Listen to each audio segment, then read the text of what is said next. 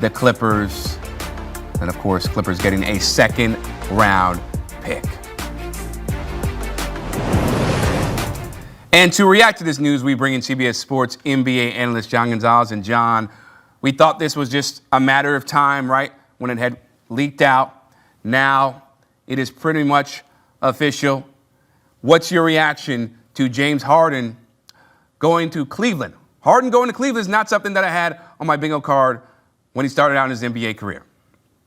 Yeah, or even just 2 days ago, right? I mean, because the Clippers have been playing much better since December 20th. This took a lot of people off guard. It took you, me, the NBA, and certainly the Clippers. Now, maybe it shouldn't because of James Harden's history, right? He asked out of basically every team he's ever been on except for the Thunder.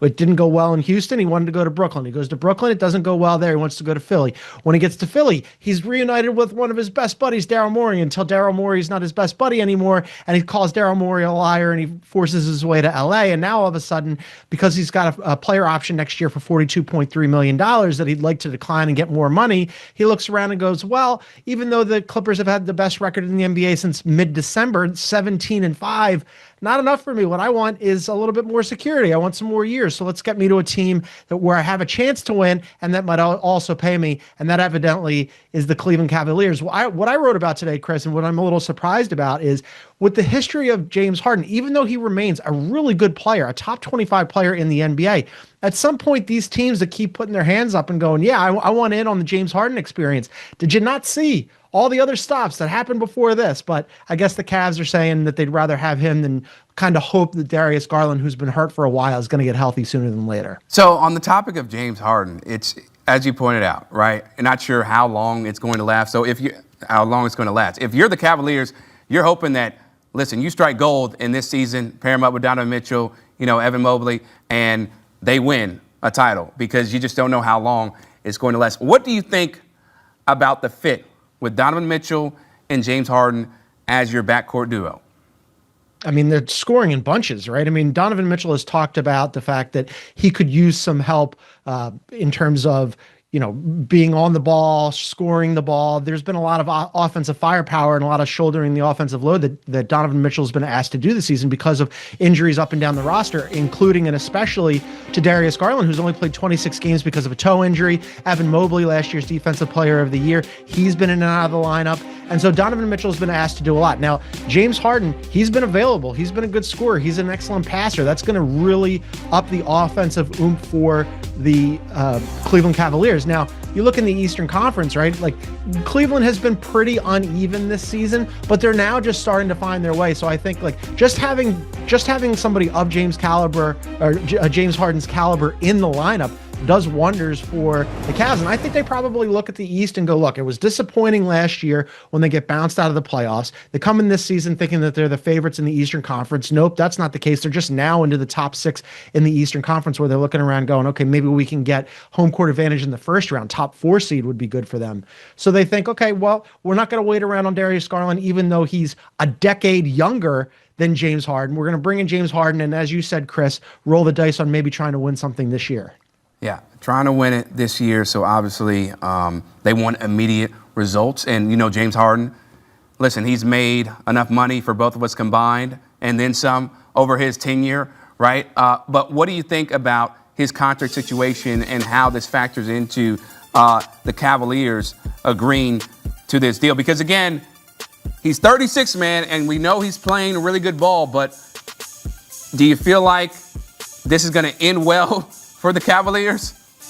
Well, I mean, does it end well for any team that picks up James Harden, right? I mean, I rattled off all the previous stops where it didn't end well in Houston. It didn't end well in Brooklyn when he wanted to go and be reunited with his buddy KD. And then it didn't end well in Philadelphia when he was reunited with his former best friend and former general manager, Daryl Morey. And then it didn't end well with Kawhi Leonard here in Los Angeles. So the odds are it's not going to end well in Cleveland either. Now, in terms of his money, he has a player option next year for $42.3 million. I think what happens right now is the Cleveland Cavaliers want to kick the tires on this thing and see how it looks with Donovan Mitchell and James Harden in that backcourt. You didn't have to move on from Evan Mobley. You still have Jared Allen. That's a pretty talented first 4, right?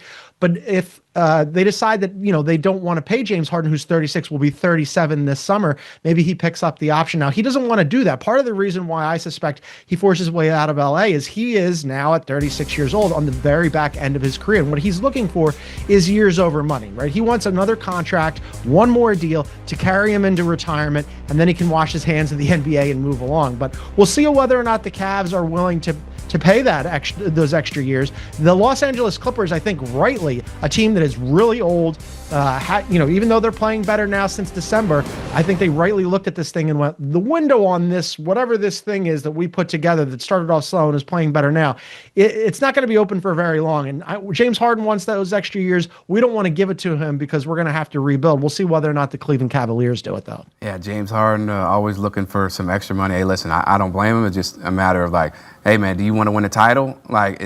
Because the way he's bounced around, it just doesn't have to add up. I mean, there have been different circumstances. We can go on and on. But let's talk about Darius Garland, okay? We thought maybe Donovan Mitchell, Garland, that could be the future of this Cavs backcourt for perhaps years to come, but really struggled with injuries, especially the last couple years.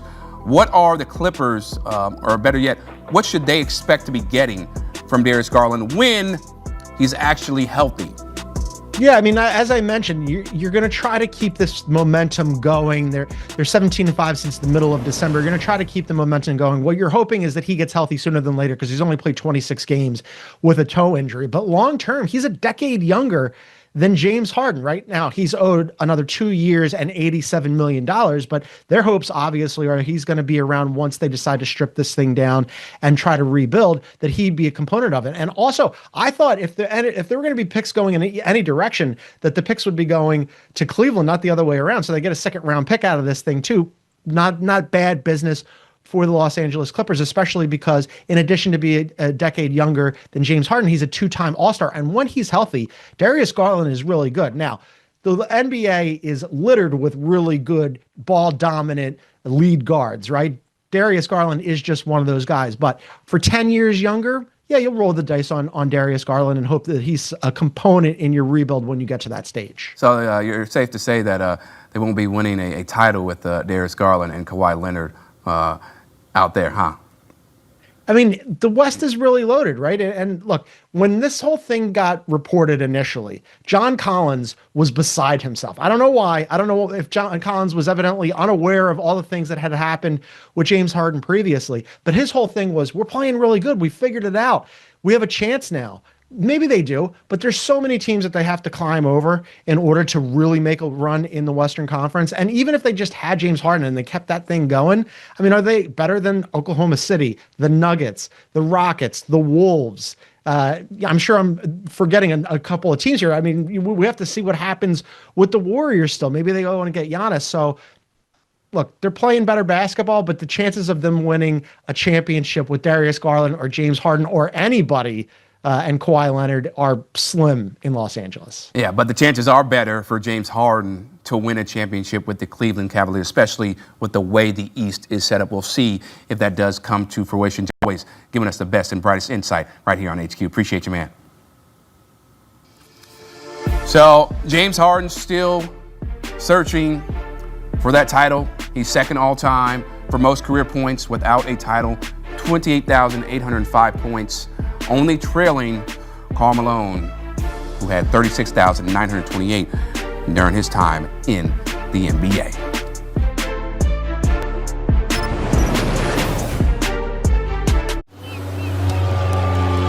Ken doesn't know everything, but he does know if you bundle your flights, cars, hotels, vacation rentals, you can save up to 30%. Good, horsey. Thanks, voice in the sky. Expedia, the one place you go to go places. Taxes was chasing updates and getting nowhere.